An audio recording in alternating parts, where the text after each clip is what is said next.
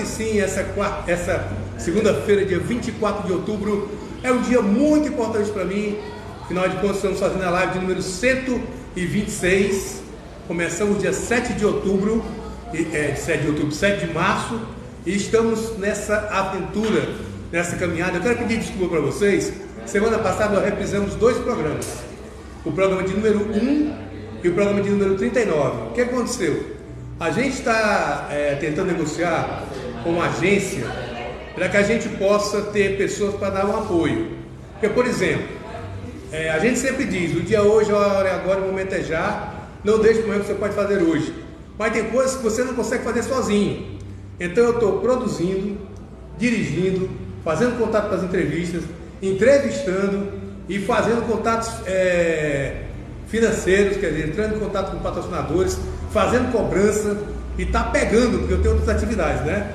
Então eu quero dizer para vocês que a gente está negociando com uma agência, para que a agência pegue essa parte financeira para poder fazer para que eu possa ficar tranquilo, né? Dá uma olhadinha quem está entrando aqui, Irene, para mim, por favor.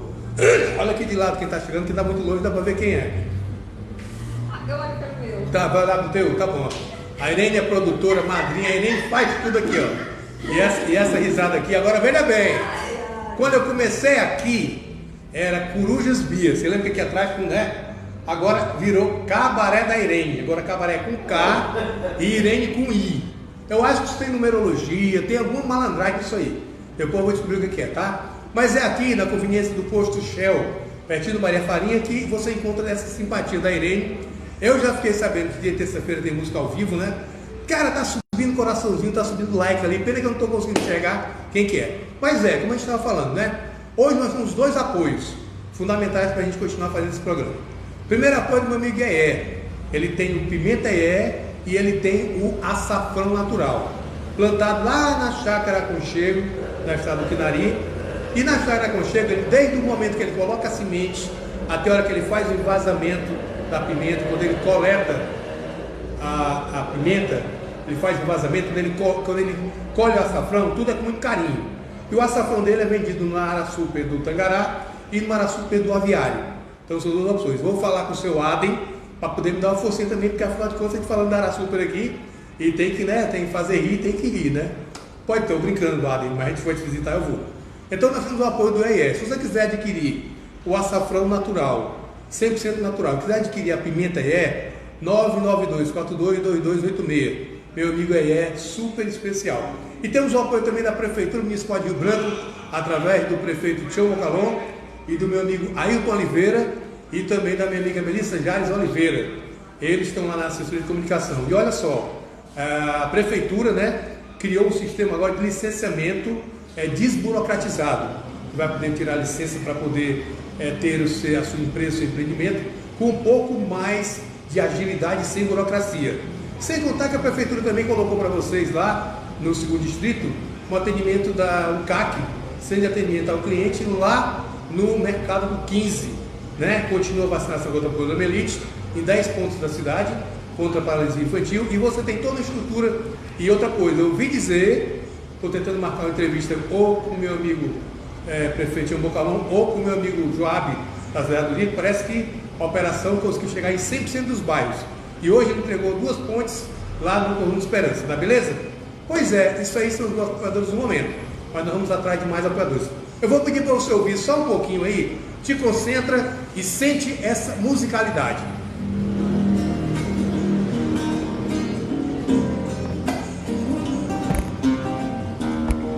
Tá ouvindo aí? Isso é só uma prévia do que você vai ouvir daqui a pouco. Ouvir e ver, né? Beleza. E essa live de hoje, ela é especial por vários motivos. Primeiro porque esse cidadão, ele faz parte do patrimônio histórico de um grande município do estado do Acre. Município de Cruzeiro do Sul. Se você foi a Cruzeiro do Sul, você viu a catedral, foi até o Igarapé Preto, soube da história do Zezinho Cassote, ouviu falar do Padre Trindade, conheceu o Raimeca e foi no Igarapé da Mariana e ouviu a Rádio Nacional com Mariano Marcel, Janete Ponce, você não pode deixar de ter ouvido falar desse cara. Meu amigo, posso chamar de amigo, sou fã desse cara no último, e a música que ele vai terminar aqui é a música que eu amo de coração, tá? Com vocês, Papai do Céu deixou ele vir hoje, Alberan Moraes, diretamente de Cruzeiro do Sul, e uma salva de palmas para esse cara que esse cara merece. Meu irmão, sente aqui, mostre todo o seu talento, ó. Tem gente no balde chegando ali e o talento do rapaz merece. Chega mais perto aqui, por favor. Isso. Pois é, sinta-se à vontade do professor Profissão Perigo, live de número 126. Cara, valeu a pena te esperar, cara, pode crer. Muito obrigado pelo convite. Nossa. Sempre não dava certo, sempre acontecia alguma coisa. No tempo de Deus. O último agora foi meu neto que adoeceu, ele estava com, né, já Tudo estava conversado. pronto para vir e tive que a gente ter que levar ele no corre-corre danado. Graças a Deus foi o aniversário dele, um aninho ontem. Foi, mas aí saiu Mas do para comemorar o aniversário. Foi justamente. Maravilha, maravilha. E eu falei para ele, digo, neto não se discute.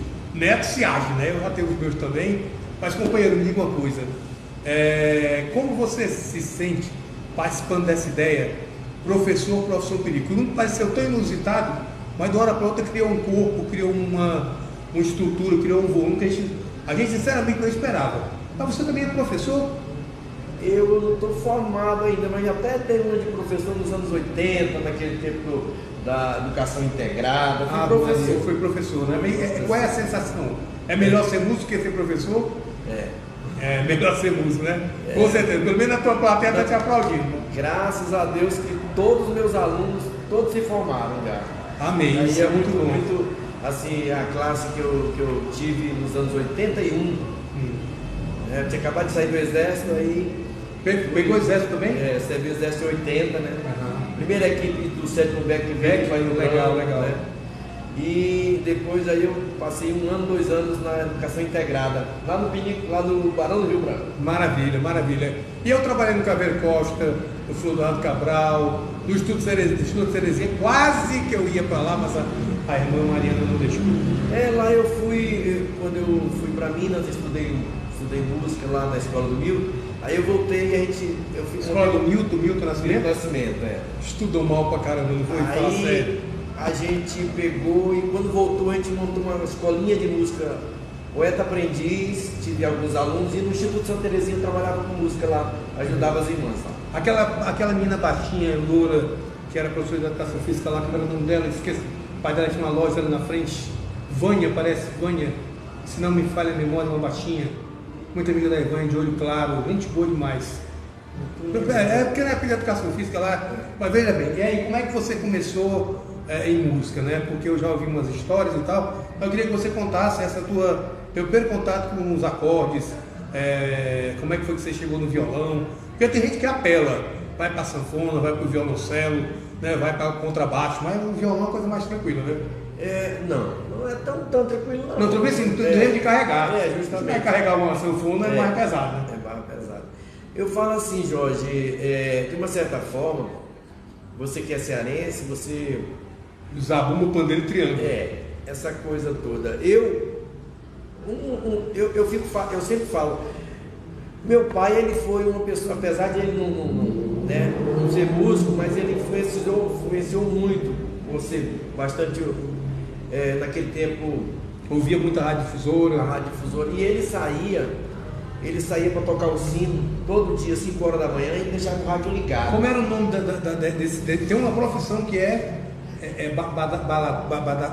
baladeiro, como é que é? Eu chamo ele de tocador de sino, mas ele era sacristão. Mas tinha um pouco para saber.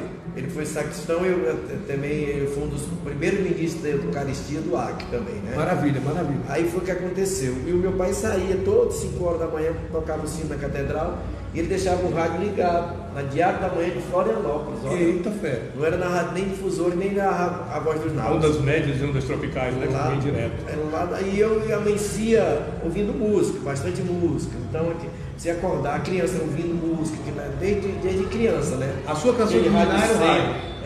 Aquele rádio sempre Válvula, esquentava, que era uma beleza, né? Então, aquilo foi na minha cabeça e tal. Quando deu 7, 8 anos, aí aquele negócio de bater lata, né? Aquela coisa. Bateria de lata em casa. Que a gente via o pessoal fazendo os desfiles, né? O pessoal da 7 de setembro. 7 de setembro, 28. 28 de setembro também, né? Então as festas. Então era uma festa muito. E aí eu comecei a bater lata. Nesse negócio de bater lata, o irmão, que era diretor da escola São José, me convidou. Irmão Mariano. Não, o Mariano veio depois. Tá. Eu acho que foi, eu não me lembro qual era o irmão diretor lá, porque eu era muito criança, nessa época eu não lembro, assim. E eu fui convidado a participar da equipe, e eu fui tocando tarol na frente. Tarol é a caixinha, né? Não, o tarol era aquele alto, a caixinha que é mais baixinha, né? Tarol é só com uma baqueta. Tá, a caixinha com as duas. Não, o tarol ficava aquela batida diferente, a caixinha, aquela coisa toda. Então eu fui convidado para ser o pilotão. Quase eu não podia com a caixa, eu acho que eu tinha 8 anos, 7 anos, 8 anos. Então aquele tarol, eu era o pilotão da nossa fanfarra. A gente desfilava. Responsabilidade ser pilotão de fanfarra.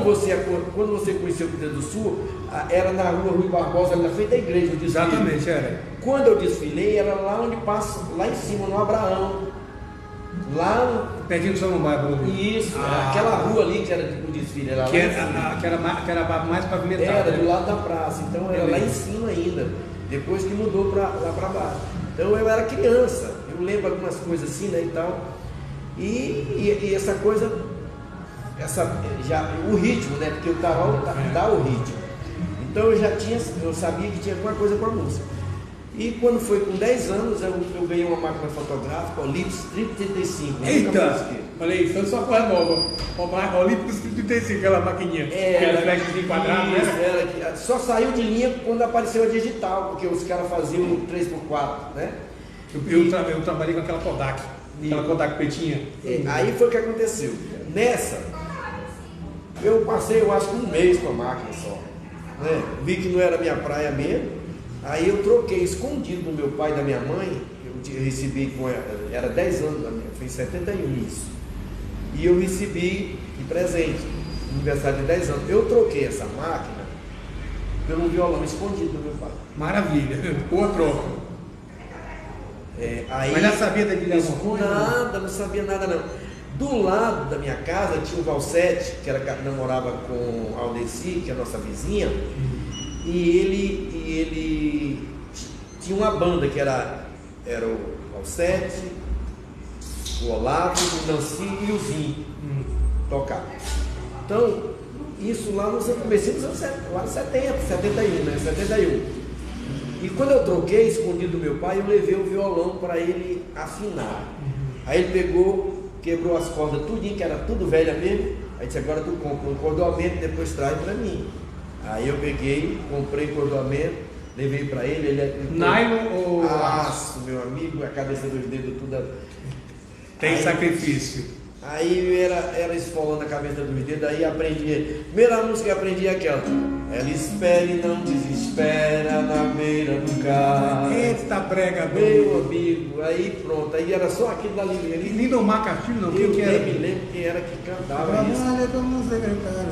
Pois é. Antônio José, eu acho que foi. O negócio aí. Eu sei que a primeira música que eu comecei a tocar foi essa, que eu olhava. Tá, aí pronto. Daí pra frente eu fui sozinho. Em composição? Porque não tinha professor. Aulas de violão. E ninguém queria ensinar. Não tinha internet também. Não, e naquela época, nenhum pai dava um violão de presente para o filho. Estava estragando o menino. Era. Estuda, menino. Jogador de futebol e músico, naquela época era vagabundo. Era. Hoje o pai é doido que o menino joga futebol. Ou seja, artista. Então, era muito difícil para a gente. Então, a gente era, bem dizer, então eu fui aprendendo sozinho, a dificuldade todinha, não tinha. Aí depois eu ouvi da música. E quando o pai descobriu que essa máquina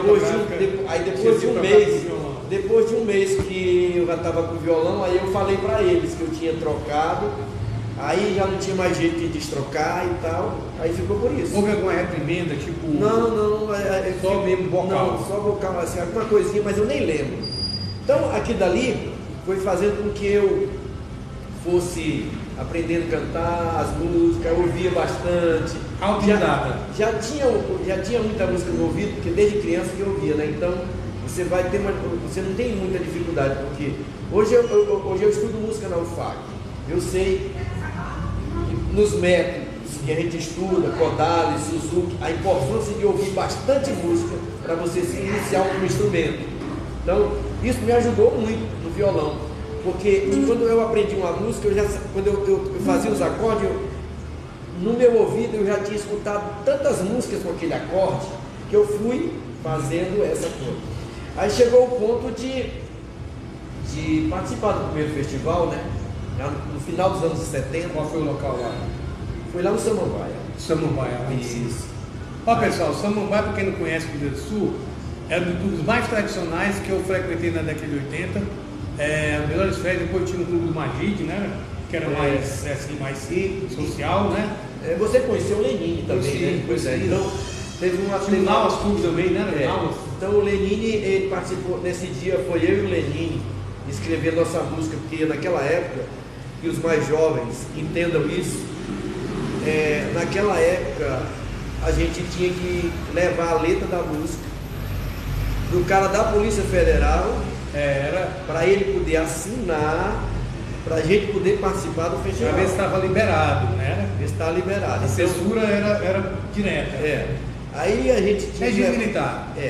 E o Lenine, a música dele era muito ofensiva, né? O Lenine era muito rock and roll, aquela música meio... Hoje em dia o Clenilson faz se justamente. for da lei, se for da lei. Olha, se for da lei. Só que o cara está cantando e já está confundindo nada. O Lenine era o nosso Clenilson daqui, era o Lenine lá. Ele era muito... E o Lenine nessa época levou um tapa na cara do policial, porque a música dele era muito... Ele foi... E o policial, não, que não sei o que, eu sei que... Eu presenciei uma cena que eu não quero assistir mais. Então, dali do festival, mas no festival, a gente cantava no festival, Jorge, e aquela música ela ficava esquecida, tanto que eu não fazia, não transcrevia para... A gente não transcrevia para nada e ficava, e era uma coisa que, era uma vez que fazia uma música. O Capu fazia isso. Então era muito isso. Aí foi o que aconteceu. Quando a gente foi convidado, eu e o Júnior Sá, irmão do Itamar, irmão do pessoal, né? Meu amigo, a gente fez tipo uma dupla. Então a gente cantava muito Cleidi, Vinícius Toquinho Vinícius, Poxa vida! Sai Guarabira, essas duplas, a gente cantava. E uma época maravilhosa para nós foi na época do Projeto Rondon. Ah, legal. O pessoal ia para lá, São Paulo, isso. E a gente fazia serenata para essa menina. Bacana. Isso aí é menina bacana. Aí depois a gente começou a se enturmar. Então era eu, o Neilson, o Dermilson, o Júnior, né? Júnior, Dermilson, filho da professora Quinta, Dermilson, Júnior, Mirim. E o Neilson e eu. Aí depois entrou outros, o Paulo e Mundo também. Então a gente começou a fazer as serenatas. E elas indicavam, e ninguém conhecia espanhola. Elas tocam espanhola, ninguém conhecia. Digo, agora eu vou procurar o que Holanda, espanhola. Aí fui atrás, porque havia os anos 70. De música era difícil gostar naquela época. Deixa eu te falar, lembrando dessa época, tu consegue tocar alguma música que você falava da serenata da menina? Vamos fazer uma para o pessoal lá estar conversando. Vamos fazer uma aqui. Como se você estivesse no Cruzeiro do Sul, fazendo uma serenata para a menina do Projeto Rondon. Você naquela época solteiro, né? Galanteador e tal, como é que era? Mas aí, deixa eu ver, eu gostava muito de cantar. Olha a rosa na janela, meu pai cantava essa. A gente cantava essas daí também, mas a gente tentava cantar mais essas músicas mais que elas gostavam, né? Nosso público está ansioso em ver. Então, aí eu, homenageando o Belchior já por essa semana e conterrâneo seu. Amém. Eu estou muito cansado do peso da minha cabeça, desses 10 anos passados, presentes, vividos, entre um sonho e um som. Eu estou muito cansado de não poder falar palavras sobre essas coisas sem jeito que eu trago em meu peito e que eu acho tão bom. Quero uma balada nova, falando de brotos e coisas assim, de banho de lua, de ti, de mim, um cara tão sentimental. Eu acho que eu vou chorar. vai sim, pra beijar a menina e levar a saudade na camisa, toda suja de batom. Aí eu quero a sessão de cinema do Zizinho pra levar. Né? Então a gente... Rapaz, olha, são coisas na vida. Eu tinha uma parceira aqui de rádio, Marcos Diógenes, Marcão, que até falecido, disse assim: música não tem idade, sim qualidade. Essa daqui, eu devia ter uns 15, 16, 17 anos e já chorava. Nessa música eu tocava na Tertúlia. Tertúlia, para vocês que são mais novos, era uma garagem de uma casa em que a gente botava uma lâmpada, um papel celofane na lâmpada fluorescente para dar aquela luz negra, que era uma coisa terrível, porque tinha calça branca, né? Ficava praticamente nu, né? Aí a gente ia lá e as meninas ficavam no paredão aqui e a gente aqui. Aí a gente ficava, vai chamar para dançar, vai, não vou. Aí o cara criava coragem e ia, vamos dançar, estou cansado. Tu voltava com a cara no chão e a turma vaiava que era uma desgraça, né? Mas às vezes dava certo, né? Às vezes a gente conseguia, mas continuando, aí depois do projeto rodou, aí depois aí foi quando eu comecei as músicas sempre nos festivais, essa coisa toda. Quando tu saiu de lá a primeira vez com a tua música, foi pra onde? Eu fui pra Minas. Para estudar lá na escola Benito Nascimento. Inclusive foi eu e o Júnior. Eu fui um mês na frente, depois o Júnior foi. Quanto tempo lá? Aí eu morei 2 anos em BH nessa época. Assim, comeu muito pão de queijo, hein? E comi. Aí foi quando eu conheci. Eu pensei na besteira, mas tá bom, deixa pra lá. Foi quando aí abriu mais a minha, assim, a cabeça de se morar na época era a terceira capital do país.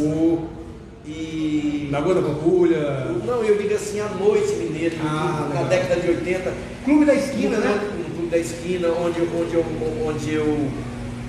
eu morava, no centro, Guajajara. Gás ou sem gás? Não, obrigado. Só natural mesmo. Natural, se tiver natural. Sem gás. Aí eu morava na Guajajara, entre São Paulo e Rio de Janeiro. E lá tinha a Globo, ficava assim, a sede da Globo, né?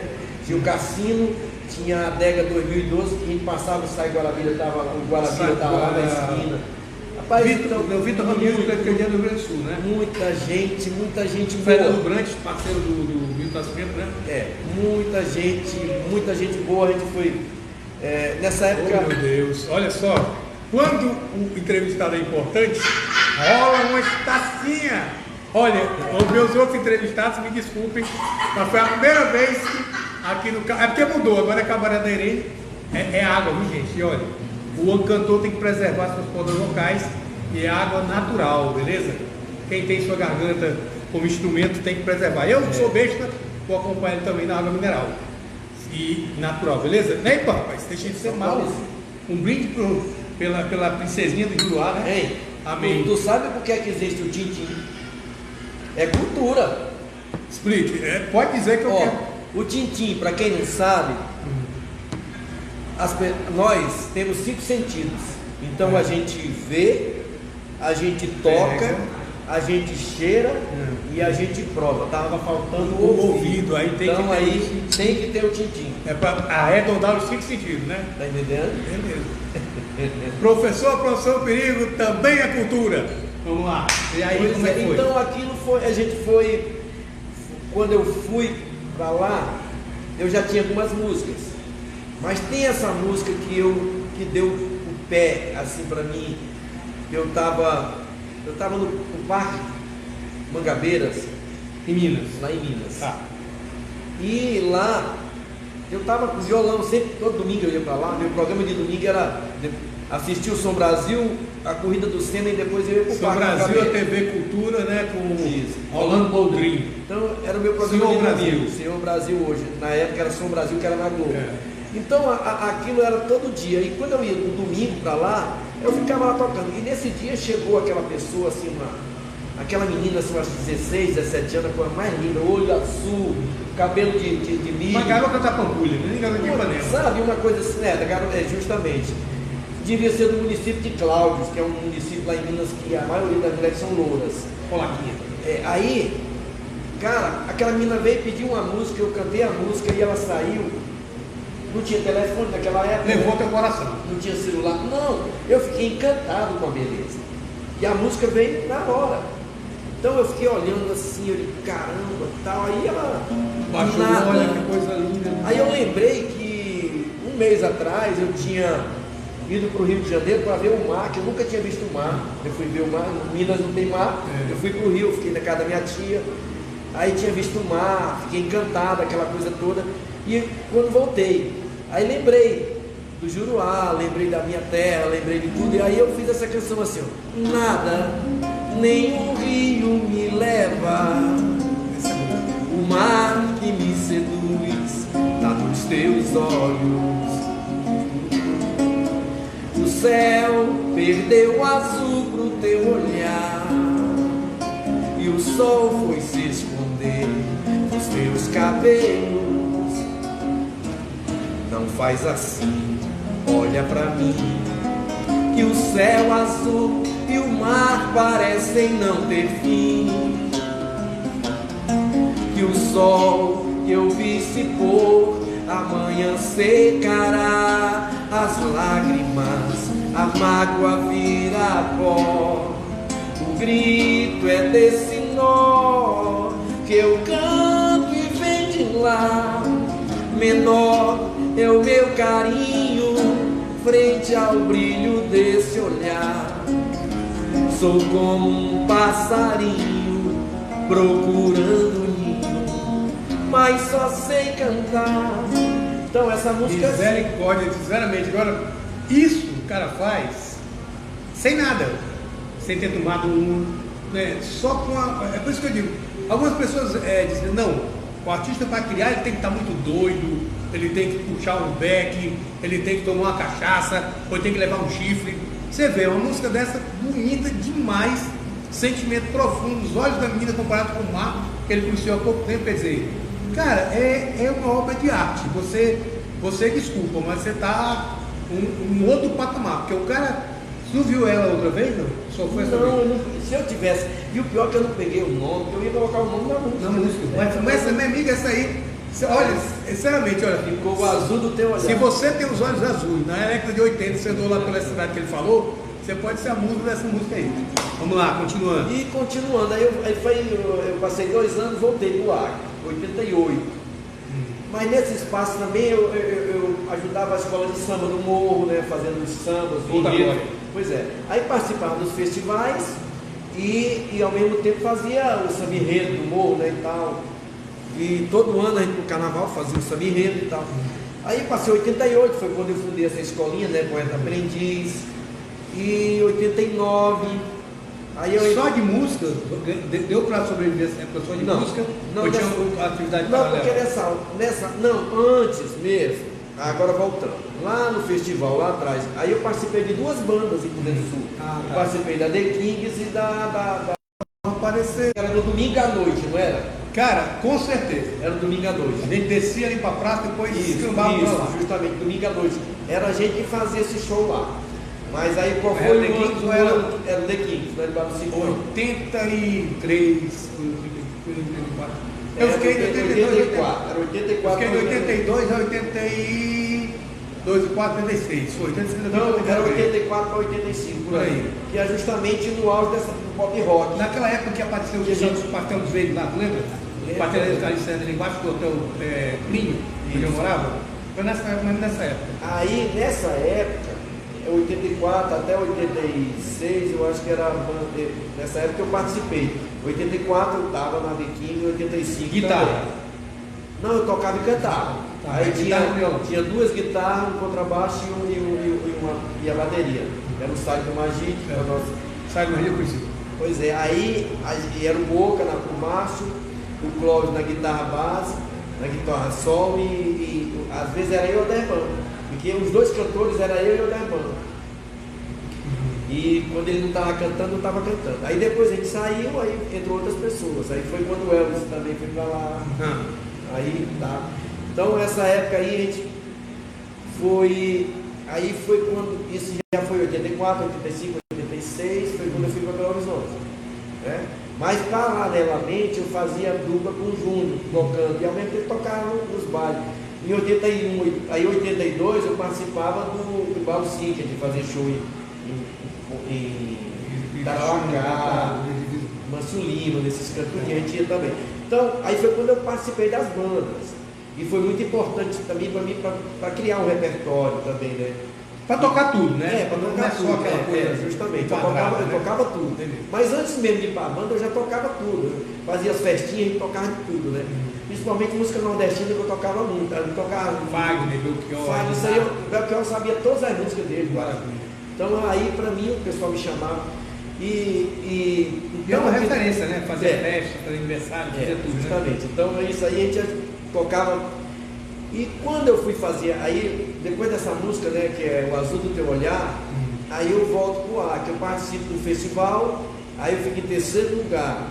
Em 89, que foi o festival que o Tião Natureza foi para lá e fez a música para Cruzeiro do Sul. A vida passa como passa sobre a América do Sul. Tião Natureza. Dando todos os. Aí ele fez a música para Cruzeiro do Sul.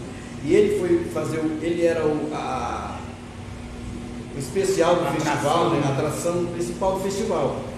E em 89, quando é em 90, aí eu faço parceria com o meu amigo Paulo Roberto e a gente ganha o festival com uma música Diz Coração, né? Que era uma música assim. Deixa eu lembro. Que é muito. Quantas músicas já tem até hoje? Não, eu não me lembro assim dela. Mas quantas músicas já tem tu? Gravada tem umas 30 gravadas já no Spotify, né? Forno para poder. Aí tem muitas que eu não gravei também, né? E tem outras que eu perdi, porque o meu pior foi isso. De 86 até. Não, de 78, quando eu comecei a participar de festivais e tocar assim na noite, até quando foi 85, eu perdi tudo que eu tinha feito. Como assim? Porque gravação eu deixei no sótão e o pessoal não ligou para isso, para as poesias, para as letras e tudo, aí estragou. Aí, cara, eu perdi tudo. Quando eu voltei, que eu cheguei, que eu vi, cara, lágrimas, que aí deixaram. E uma época que você estava começando, tinha muita coisa boa. Né? Tinha muita coisa boa. A gente escrevia poesia, o Mariano lia lá na Rádio Nacional. O Mariano nasceu ao vivo. Então, em Brasília hoje. Eu perdi muito. E a comunidade cruzeirense, né? Eu lembro aqui, o Lourenço Cunha, o Lalau da difusora, morava aqui, tinha o Júlio César, tinha o irmão do Wagner Salles, trabalhava na rádio também. Isso, Vanderlan. E tinha a Janete Ponce, e tinha o seu Amado, que era diretor da rádio, o Pala Branco. Eu aprendi lá, fiz o Nacional dos Esportes depois de um tempo, eu e o seu Amado, muito legal, ele me deu uma chance de estar no trabalho. E engraçado é que quando eu consegui o meu contrato para a Rádio Nacional, eu já estava morando aqui no Rio Branco há 1 ano, aí não tinha como voltar. Aí meu pai conseguiu para mim contratar a Rádio Nacional de Brasília, que foi até vendida para lá. Tá, e aí vamos lá, agora tu começaste aí, agora tipo assim, tu gosta muito de trabalhar essas questões de editais, né? Você já fez alguns editais, inclusive eu queria que você citasse esse projeto que você está fazendo agora, e para quem não sabe, mas vai saber, ele é irmão do Alberto Ouro. Infelizmente não está mais entre nós, mas esse indivíduo aqui fez uma homenagem ao irmão, ele vai contar isso, e eu assistindo o documentário, ele conseguiu reunir numa fita, um documentário, quantos minutos? Uns 28 minutos, mais ou menos. Tem toda uma geração de pessoas de Cruzeiro do Sul, que a proporção dessas pessoas forem subindo, forem por andar de cima, esse documento não é um documento de Alberto Ouro, é um documento de Cruzeiro do Sul. Desculpa, eu estou te falando isso agora porque a emoção vem, a gente é obrigado a relatar o que a gente sentiu quando eu assisti. Eu vi todos os meus amigos naquela fita. E olha que eu morei lá 4 anos. Você imagina, né? Você que é de lá e tal. Como é que veio a inspiração para esse documentário e depois esse projeto que você está fazendo agora da Fundação Garibaldi Brasil? Explica para a gente esses dois projetos. Esse documentário surgiu assim no sentido de... Até mesmo porque eu fui convidado pelo senhor Adalberto Queiroz, fazendo um programa Mais Cultura na TV Cultura. Na TV toda quarta-feira. Isso. E o senhor Adalberto, eu fui, bem dizer, para as Assine, né? Participar, fui sonorizar alguns festivais que eles fizeram.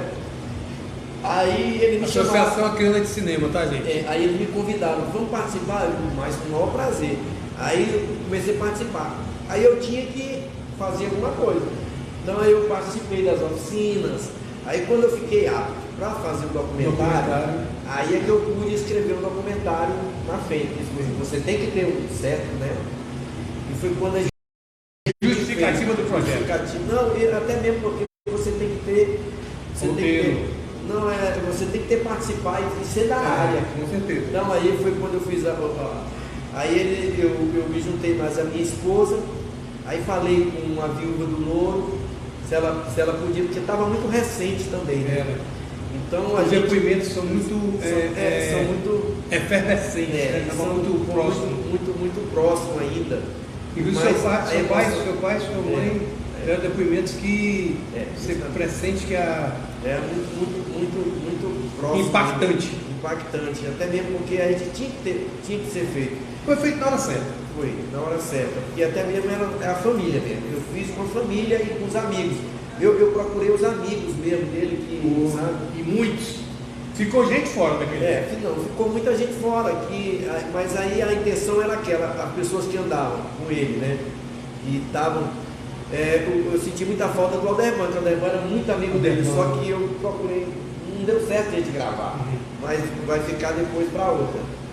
A gente vai dar uma arrumada e vai fazer uma outra edição também. Edição, justamente. Então, a intenção era não deixar a obra do meu irmão, apesar de a obra ser maravilhosa, mas aí a gente chega no ponto das pessoas não valorizar. Tem alguma coisa gravada aí? Gravou? Chegou a gravar algum CD?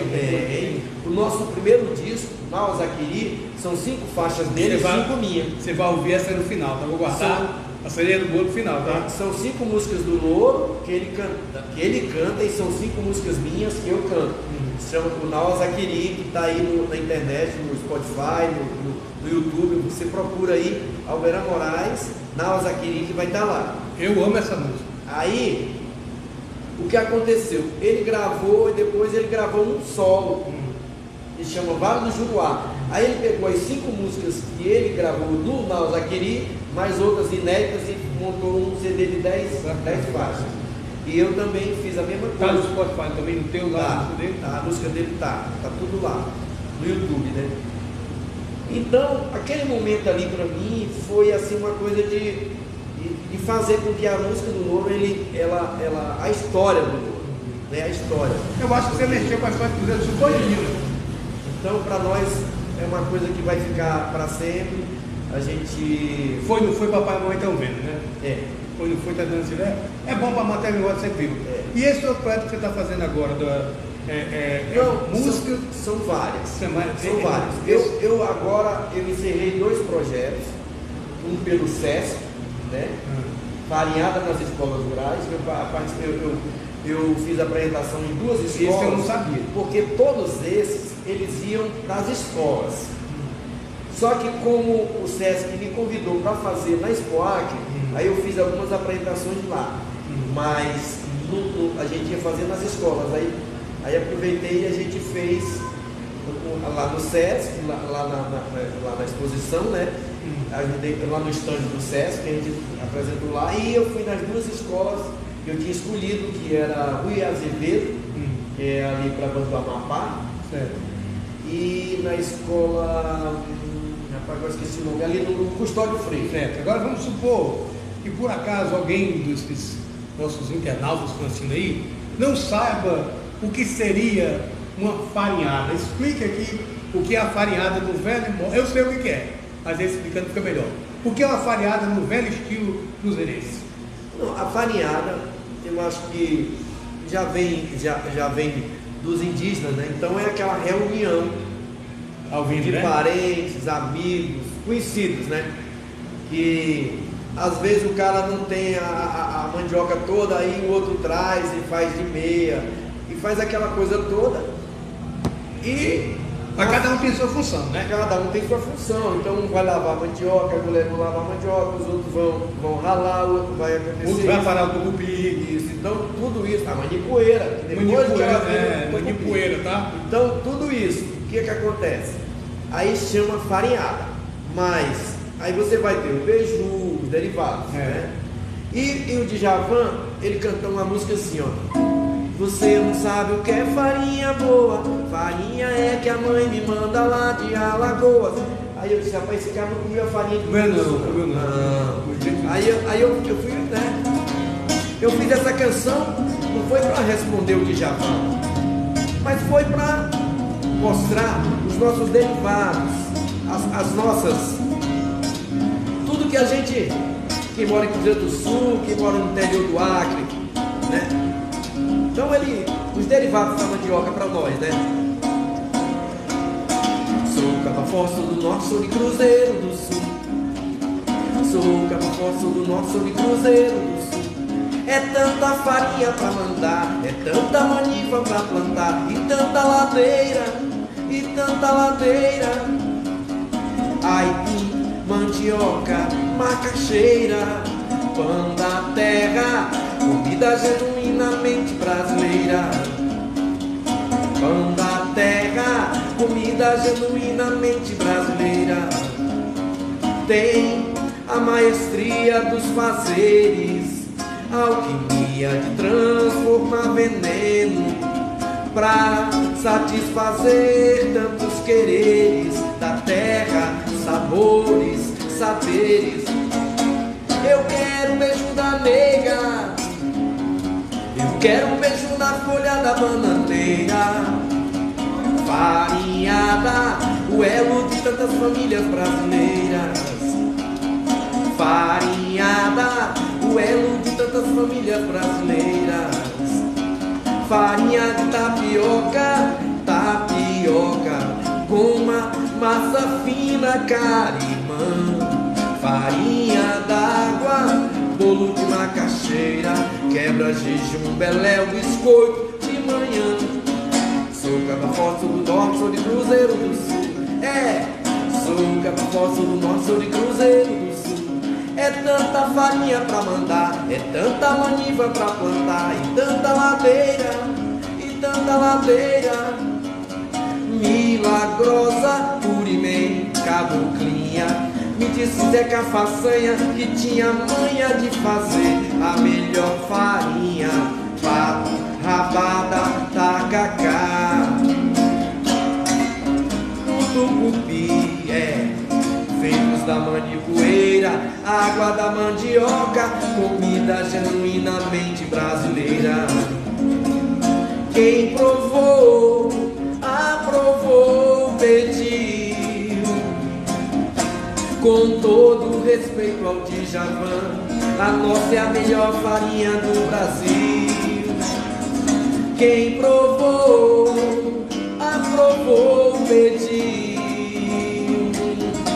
com todo respeito ao Djavan, a nossa é a melhor farinha do Brasil.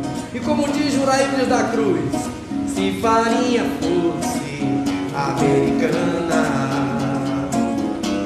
mandioca importada, banquete de bacana, era farinhada. A farinha aumenta o que tá pouco, esfria o que tá quente, engrossa o que tá ralo, e na pança é que dá sustância. Pois é, João. É a caiçuma que você também, quando vai na aldeia indígena, pega bem, né? Bota lá e se tiver um amigo paraense, faz a banha de sobra, né? Pois é, cara, eu vou te contar uma coisa. Eu tô voltando aos anos 80. Eu tô lembrando de cada topada que eu levei naquela ladeira do seminário. Entendeu? O menino descendo de moto, o boi descendo de moto, aquela que nós fizemos, aquele 250, aquela escadaria ali do seminário, e todo mundo apostando se ele ia cair ou se ele não ia. A corrida de jipe que tinha na subida do meu amigo, ó, não tem que impactar. Aí vamos lá, e você está nesse projeto, fala daquele projeto lá de aí você levar o. Isso. Aí eu fiz nas escolas, nessas duas escolas, esse projeto farinhada nas escolas. Aí tem a história que é do projeto que eu fiz pela Garibaldi Brasil, né? Pela Garibaldi Brasil, a nossa Fundação Municipal. Fundação Municipal. FGV, aquele abraço pro prefeito aí. Justamente. E pro Pedro também, que é o presidente lá da... Pedro, aquele abraço. Garibaldi. Esperando você aqui, tá? Então, esse já foi em cada canto um conto, porque eu cantava a música e contava porque é que eu fiz a história. Explicitava Explicando, justamente. a semente até a Isso. fruta. Essa coisa toda. Então aí esse projeto eu fiz no ISE, né, o Instituto Social Educativo, fiz lá na Colônia Souza Araújo, Maravilha, aí, ó. fiz lá no Educandário e Lá do Vicentino. e no lado do Vicentino. Quer dizer, 4 situações totalmente diferentes, mas com públicos que merecem ter acesso à cultura. justamente porque é a mesma coisa que eu falei nas escolas, porque a gente fica muito centralizado, Jorge, e as escolas da periferia, as rurais, elas não recebem essa nossa participação. E os artistas eles têm que estar pensando nisso, em quem está lá, para eles conhecer o seu trabalho. A minha importância maior é eles conhecerem meu trabalho, sabe? Então isso é muito importante. Eu tive uma vez, algum tempo atrás, eu estava vendo aquele encontro dos amigos de cena. Vocês aqui têm aquele grupo, os amigos de Cruzeiro, que agora estão trabalhando no Caxinauá. E o Alexandre Fonseca, que você conhece, aquele músico, amigo nosso, que está descendo agora para Goiânia para colocar voz em 4 músicas. Ele trabalha em um grupo bacana. Então nós estamos ele é o coordenador do Caxinauá e eu estou lá. E a gente está querendo transformar aquele espaço num espaço bastante cultural. Inclusive o Senadinho já está sendo colocado lá na sexta-feira por causa da chuva. O pessoal não ficar dançando na chuva. Tivemos a festa. Caxinauá tem uma história magnífica. Na década de 80, terça-feira, a cidade do Caxinauá, com a dona Yolanda, né?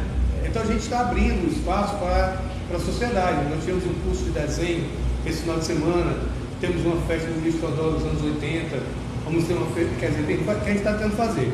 E aí, se vocês tivessem esse amigo do Rio Ar, quisesse fazer um evento lá, a gente já fosse acertando a data, o espaço seria cedido para vocês fazerem um espaço bastante amplo. Lá atrás nós temos um pequeno oásis, que é tipo um Capitão Sirico, mas ali no central, né? A pessoa pode ter lugar para você tocar violão, você ler um livro, entendeu? A gente está organizando agora, para todo tempo parado, a gente está dentro do central. E é uma coisa bem legal para você chegar lá, inspiração. Se você quiser tocar no meio da floresta, teve um dia desse uma escola que foi lá com os alunos lá dentro, uma aula de ciências na própria, entendeu? É uma coisa bem legal, você pediu também explorar isso aí. Agora me diz uma coisa, você está com esse projeto, você tem... Eu sempre costumo perguntar o seguinte, tem alguém que seja próximo a você, você compõe com alguém que de repente possa, no futuro, seguir a tua linha? Porque geralmente tem gente que segue os cantores, você tem uma inspiração e você vai. Naquela época você cantava de Djavan. Quem é a tua inspiração no momento musical? Hoje a nossa família é muito musical. Eu tenho um sobrinho que está tocando muito bem, cantando muito bem. Só que ele mora em Cruzeiro do Sul. O nome dele? Ian Luca. Quando ele vier para cá. Não pode. Então ele canta bem, toca muito bem. E ele está tocando, já está começando, já toca na noite em Cruzeiro do Sul também. Só que a Cruzeiro do Sul hoje, na nossa época era muita. Mais romântico, né? Não, na nossa época tinha muita coisa boa. Menos violência, né? Não, e a música era diferente. Até a música era diferente. Hoje você, mais para onde você vai, tem muito sertanejo, né? Então você aí o que é que acontece? Aí você tem que tocar sertanejo. O cara tá no canto, o cara tá obrigado a tocar. Mas eu vou abrir um parênteses aí. Eu tive no Maranhão uma época, 6 meses. No Maranhão, eles tocam MPM, música popular maranhense. Você senta num bar, e olha que no Maranhão tem reggae, tem boi bumbá, tem MPM e tem aquelas radiolas de hip hop. Radiola é uma parede de caixa de som, que se você chegar perto, os teus órgãos tremem dentro do teu organismo. É o que chama massa regueira, né? Eu conheci isso lá em loco. Então o que acontece? Eu queria ouvir um Caetano Veloso. Agora na mesa 11 vamos oferecer de Caetano Veloso a música Leãozinho. 2 minutos do Leãozinho e volta para MPM. Não tem esse. Então existe uma reserva de domínio deles. Isso. E lá tem boi bumbá também. Aqui falta isso. Aqui falta isso. As rádios daqui tocam? É, uma das toca, mas eu acho que só a PVAB. Só a FM E eu acho que algumas rádios, mas assim, alguns programas de pessoas que se interessam, por exemplo. Pessoal raiz. A Daiane lá, filha Da Filhos. Isso, ela toca minha música lá. Tem outros. Eu acho que o Alexandre Fonseca também toca. Isso. Então, mas é muito pouco. Porque tem muita gente com produção e não está tocando. Tem que ter uma Mas as mídias hoje em dia, o YouTube, esse Spotify, sim, mas não tem tem que ser cativado daqui, né? Não tem que ter um alcance, não tem um alcance de você. Olha, é que não. A difusora toca, Albina Moraes? Eu acho que toca, a difusora. Toca, a difusora tem toca. Então toca, as difusoras, eu estou falando as que tem mais audiência. Gazeta, etc. Essas coisas, as que tem mais audiência, talvez, uma aqui, outra acolá. Mas aí é que entra, você é locutor, você sabe disso. Eu tinha um grande amigo que faleceu, ele era âncora da Record lá em BH, e ele trabalhava na Rádio Itatiaia. Quando eu gravei minha música, eu levei para ele. E ele me disse, olha, eu vou tocar tua música, vou tocar aqui, mas o lance é que as rádios, elas são pagas para tocar tantas músicas, e toca 17 vezes por dia aquela música. É o jabá.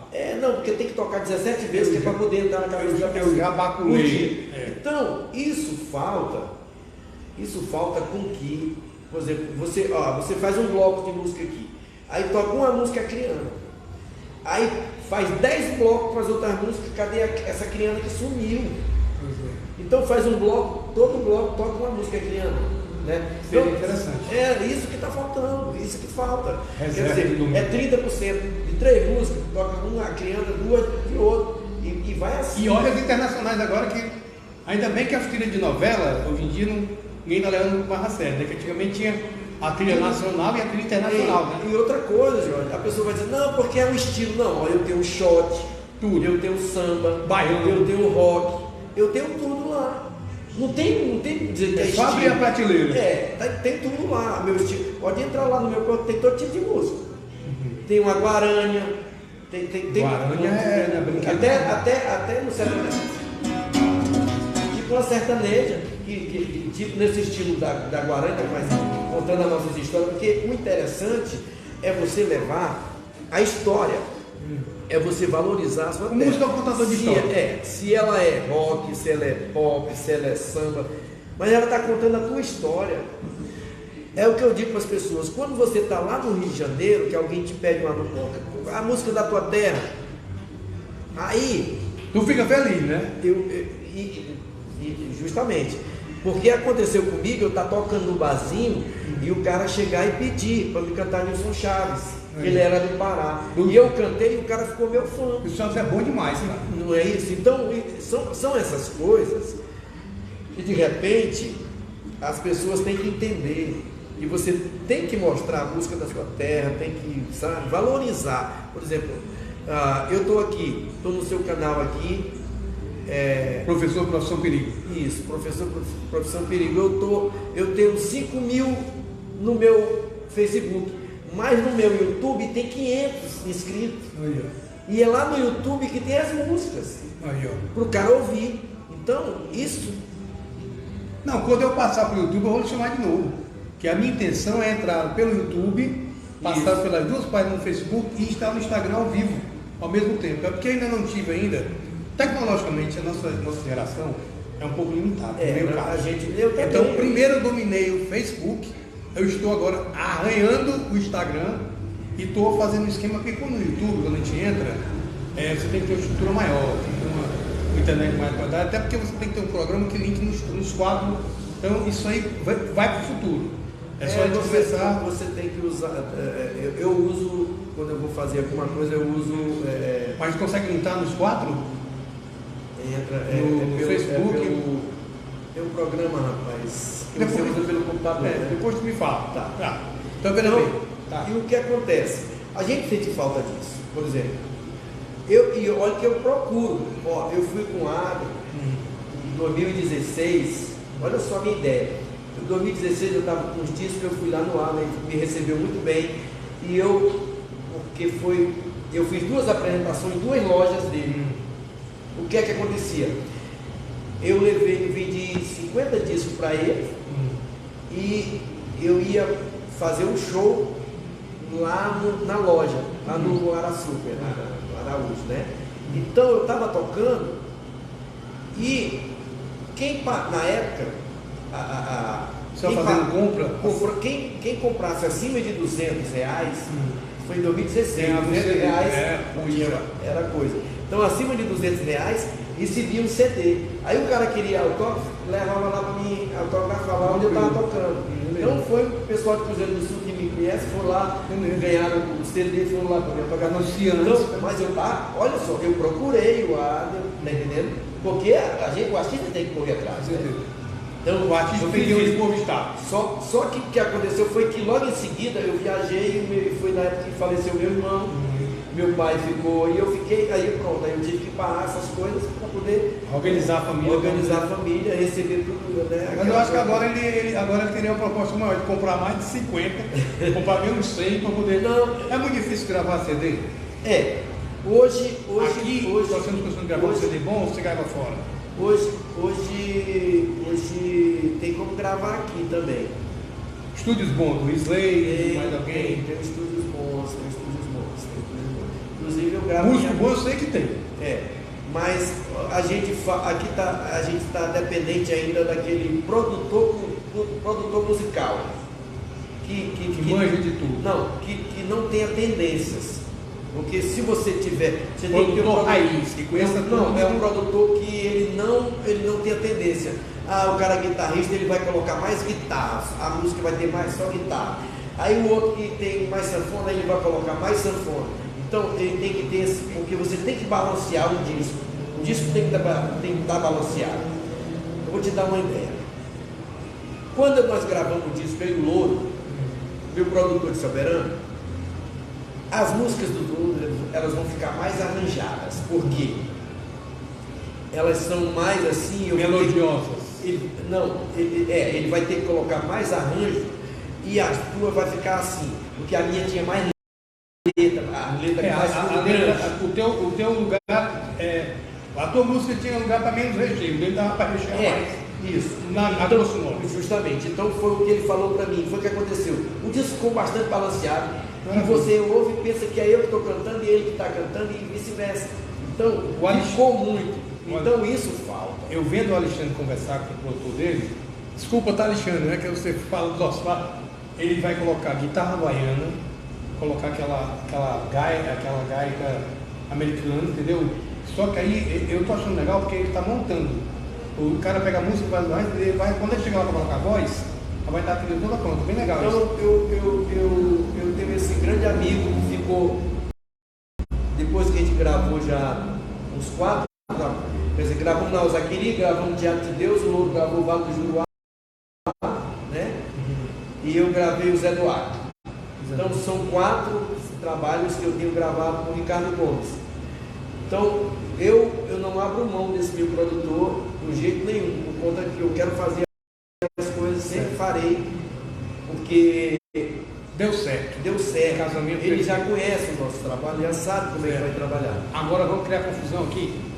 É o seguinte, Cruzeiro do Sul e o Branco tem uma certa rivalidade. Em determinado momento se ventilou que Cruzeiro do Sul poderia ser a capital do estado do Juruá. Ou seja, queriam apartar o nosso estado do meio, né? E às vezes a farinha de Cruzeiro do Sul é melhor, a manteiga do nosso parceiro era melhor, aquela coisa toda. E culturalmente, eu tenho acompanhado, porque eu sou da FEM, trabalho na FEM, a explosão cultural do município de Cruzeiro do Sul. Você citou na década de 80, mas agora nós tivemos aí, nas últimas edições do The Voice, tivemos aquele cantor de música lírica, muito bom, tivemos 2 criancinhas também que foram muito bem, né? Quer dizer, e o Teatro dos Nauas, eles dizem, e a gente comprova, que é bem mais bonito do que o Teatro de Cruzeiro do Sul, ou o Teatro daqui de Rio Branco, o Teatro Padre Castro. E eu vejo todo final de semana, grupos de dança, espetáculo de escolas e tal, realmente isso aí, desses dois, depois, antes da pandemia, depois da pandemia, explodiu assim, culturalmente no Rio Grande do Sul, seguraram durante 2 anos, soltaram tudo agora. Olha, isso deve-se a uma pessoa. Um maestro? Não, se chama Aldemir Maciel. Aldemir Maciel não me é estranho. Esclareça pra gente. Não, a gente começou o processo junto desde o tempo dos Pontão de Cultura. Pontão de Cultura. Que foi fundado. Então o Aldemir está nesse processo. Como é Pontão de Cultura? Era o Pontão de Cultura no tempo do governo Lula, que eles lançaram, aqueles que vinha, né? Tipo o projeto Pixinguinha. Não, que vinha. Hoje, como veio o dinheiro da lei federal, e vinha com os pontões. Né? Então aí criaram. Teve uns que deu certo, teve uns que não deu, mas desde esse tempo que a gente estava lutando, correndo atrás dessa coisa toda. E ele está participando desde essa época. Ele, como professor, ele já ganhou o prêmio nacional, né? Um trabalho que ele fez com a banda dele lá no Flodoardo Cabral. Conheço, segundo grau. Justamente, ele fez a banda com os alunos, e os alunos iam saindo e outros entrando e pronto, não parou. E está aí até hoje.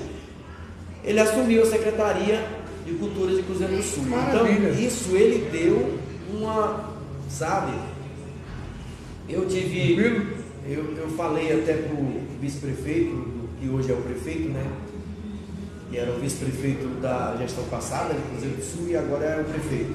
Eu falei, para ele, mexa em tudo, mas só não tire o Aldemir da cultura, porque é o mais preparado que tem que estar desde o começo do processo, né? Para a gente poder, porque tudo a gente sabe, você que participa de algumas reuniões aqui, você vê a dificuldade que você tem que fazer um consenso. E esse consenso precisa. Aí tem uma associação aqui que já faz uma sujeira, tem outra associação ali. Então você tem que ter um consenso de juntar os artistas, fazer assim, poxa, você vai ganhar, eu vou ganhar, todos vão ganhar. E agora a gente tem que estar junto. A gente tem que estar trabalhando junto. A gente tem que estar vendo tudo junto. Não é preciso, não é um derrubando o outro, não é isso, fazendo não. Esquece nas capoeiras, né? Esquece isso aí. Vamos trabalhar, cada um faz o seu projeto. Olha, veio dinheiro da Aldir Blanc, muito dinheiro, muitos artistas não fizeram, porque não quiseram, porque era para fazer, porque tinha vaga, teve dinheiro para fazer e muitos não fizeram. Então, hoje, eu mandei um projeto para a FEM, agora o meu não foi aprovado, não quer dizer, ele não foi contemplado, foi aprovado, mas não foi contemplado. Não é por isso que eu vou estar xingando Deus no mundo, não é? É isso? Pessoal... Você tem que ver onde você errou, aí você vai lá, pega o espelho, olha. Porque tem uma comissão que trabalha isso. Justamente, tudo isso. Todo um trabalho. Tem a visão da comissão foi que faltou alguma coisinha, pronto. E outra coisa, hoje a FEM, ela já dialoga com o artista para explicar aonde foi, quer dizer, não é... Não, a Garibaldi também faz isso, todas as duas não fazem. É chegar e dizer, olha, não foi porque não foi. A gente não pode, é porque muita gente, as pessoas ficam falando assim, aí o cara não faz o projeto e fica falando. Ele tem que fazer o projeto, ele vê qual a nota dele, por que ele errou. Alguns também, eu vou até falar isso aqui, vou falar porque eu não sou baú, alguns têm uma grande dificuldade em fazer uma coisa chamada prestação de conta. Que como é dinheiro federal, é necessário que você preste conta até os últimos centavos. Porque você colocou no projeto, e para você alterar o objeto, alterar um local, alterar uma data, tem que se comunicar à FEM. Eu tive um rapaz de Cruzeiro do Sul, que ele deve estar... O que ele fez? Ele tinha um negócio para fazer dia 12 de dezembro. Então ele mandou fazer a mídia, mandou fazer tudo, ele parece que era 15 mil reais que ele queria. E ele foi contemplado com os 15 mil. Só que o dinheiro ia sair dia 29 de dezembro, no fechamento das contas. Ele fez o evento dia 12. Conseguiu 15 mil emprestado e fez. Não, agora é engraçado, porque ele foi lá com a gente e a gente falou o seguinte, companheiro, não tem como vocês ter uma nota fiscal, um projeto, que você recebeu o dinheiro após. Então o que ele tem que fazer? Tem que ir nos caras e trocar as notas. Então ele teve que trocar as notas. Como é que o cara... Mas é difícil o artista entender isso. Ele queria fazer uma vida, foi bom, foi sucesso. Foi um festival de dança lá. Mas, infelizmente, entendeu? Tá prestando de conta, tira muita gente disso. Você tem que esperar o tempo. Tem uns, por exemplo, o Jamachim foi diferente. O Jamachim você tinha que pegar, sair daqui, pagar desde a água pegar nota desde a água, tudo. Depois você vinha com todas as notas, com todas as notas e apresentava. O Jamachi foi assim. Então você tinha que prestar conta de tudo. Então, nesse ponto, aí já essas outras não, agora está facilitando, porque o dinheiro cai antes na sua conta. E tem coisas que pode comprar que você não pode. E outras, justamente, você já tem que bater a foto ali. Quando você cai da sua conta, caiu tanto, bateu a foto, tirou ali, tirou uma conta específica. Você não mexe na conta da ali. Porque você vai ter que saber cada movimentação que você fez. Então, é uma prestação de conta, graças a Deus que a minha mulher me ajuda nisso. Que ela tem que ter alguém, né? Ela me ajuda muito. Ela é a minha contadora, tudo, ela que faz tudo. Então, para mim, eu tenho essa facilidade. Mas tem muitos que não têm, né? E não procuram também para alguém que tenha. Né? Outra coisa também que a gente tem que estar pedindo, por exemplo, antes a gente fazer, antes a FEM fez isso, né? Tinha o Acre Criativo, que eles fizeram ali em cima do casarão, que eram as pessoas que não sabem fazer projetos, iam lá e as pessoas ajudavam. Aprendiam. A FEM ela podia fazer isso também. Boa ideia para a próxima administração. Teve esse Acre Criativo e eu acho que a FEM tinha que voltar com ele. Vou levar a ideia, pode ficar tranquilo que eu vou levar essa ideia lá. Tá, agora vamos ver se a gente está falando sobre música no Rio Grande do Sul, essa rivalidade boa, né, entre os cruzeirenses e tal. Não me coloca no meio, que agora eu moro em Rio Branco. Não, mas fica tranquilo, mas eu duvido que esse cabo não tenha carro dele pelo menos 15 quilos de farinha de cruzeiro. Então não. Tem não. Agora eu sou proibido de comer farinha, eu tenho que comer farinha escondida. Minha Nossa Senhora. Aí é uma... Tá, então vamos fazer o seguinte, olha, primeiro eu quero... Não, vai dizer que hoje o Cruzeiro do Sul, em termos assim tem essas duas apresentações do The Voice, né? Tanto o Pedro tanto o Arthur quanto o menino lá também, né? Eles todos... E olha, meu amigo, você está perdendo chance. O The Voice mais para quem tem acima de 60, já começou as inscrições. Tem um cabo que canta bom. Não, mas eu vi aquele cara do Roupa Nova, fui para lá cantar, né? Foi o último campeão, parece que foi aquele cara do Roupa Nova. Eu assisto que é um bom programa, tá? Eu quero agradecer a você pela sua atenção, pela sua... Essa entrevista de hoje, eu vou disponibilizar o link para ele, então você vai poder assistir isso nos canais dele, se ele quiser interesse em colocar. Tenho certeza que essa entrevista ela vai ser pedida, ela vai ser reprisada. E aquele abraço para o meu amigo Iaé Santos, olha aí, ó. Quando você tiver o seu pub lá, olha aqui um cara. Eu estou falando, cara, vamos fazer essa reunião lá no Caxinavá. Tá? Pode ser que não seja para agora, para o final do ano. Sim. Vamos tentar fazer Cruzeiro do Sul. É amigo de Cruzeiro do Sul. A gente pega umas farinhas, bota lá, manda fazer, faz uns beijos, umas coisas lá pro pessoal. Olha, eu participei. Eu convido o Saidinho. Eu participei de três. Tinha farinhada, que eu botei o nome de Farinhandei, lá em Porto Velho. Farinhandei, lá em Porto Velho. E tinha tudo isso. Tinha o pinto. Tem muito cruzeirense lá? O que fizeram? Eles alugavam o local lá, coisa mais. Participei 3 vezes. Foi eu e a dona Gisalda. Mas lá era assim, a gente ia de manhã. Aí era num balneário, você tomava banho, aí na hora do meio dia tocava o hino de Cruzeiro do Sul, a teatro. Eita! Era uma coisa assim maravilhosa. Agora, cara, eu vou fazer uma pergunta. Eu vou contar um episódio aqui de Cruzeiro. Se eu estiver mentindo, você me avisa. Eu trabalhava na Rádio Nacional e eu era operador de áudio. E um dia, Janete Ponce e Mário Maciel eram os repórteres da rádio. E Cruzeiro do Sul tem uma coisa inusitada, na década de 80, claro, né? A cidade era pequena, existia uma música, era o Toque do Silêncio.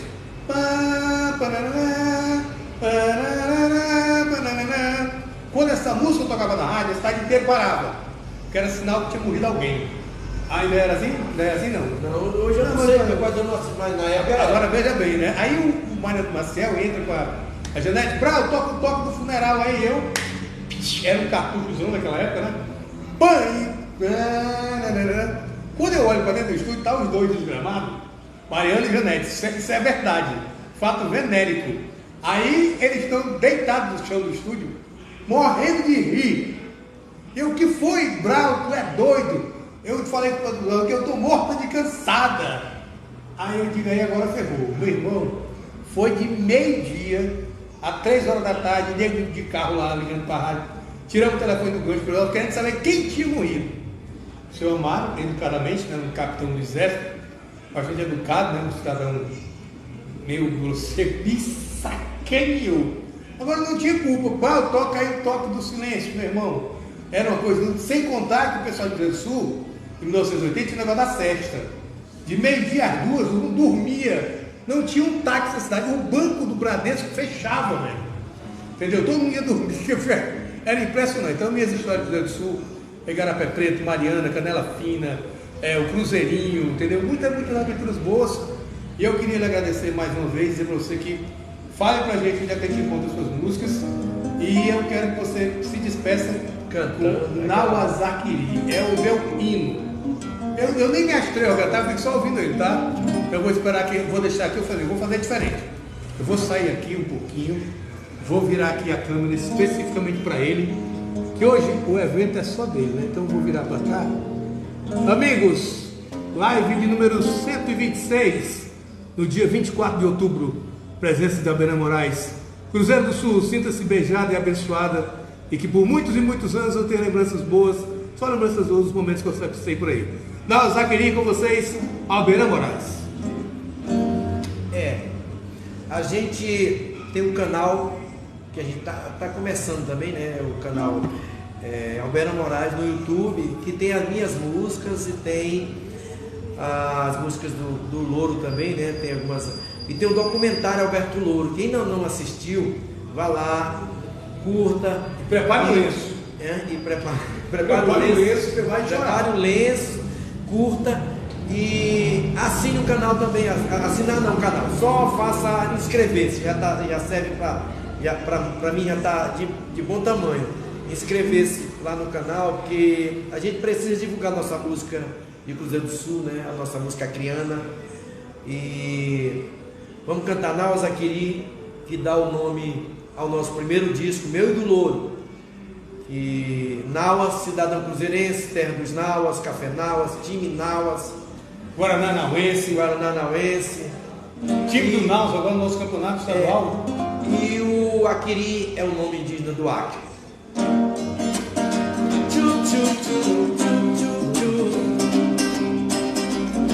Eu sou de lá, da ponta do Brasil, onde o vento faz a curva.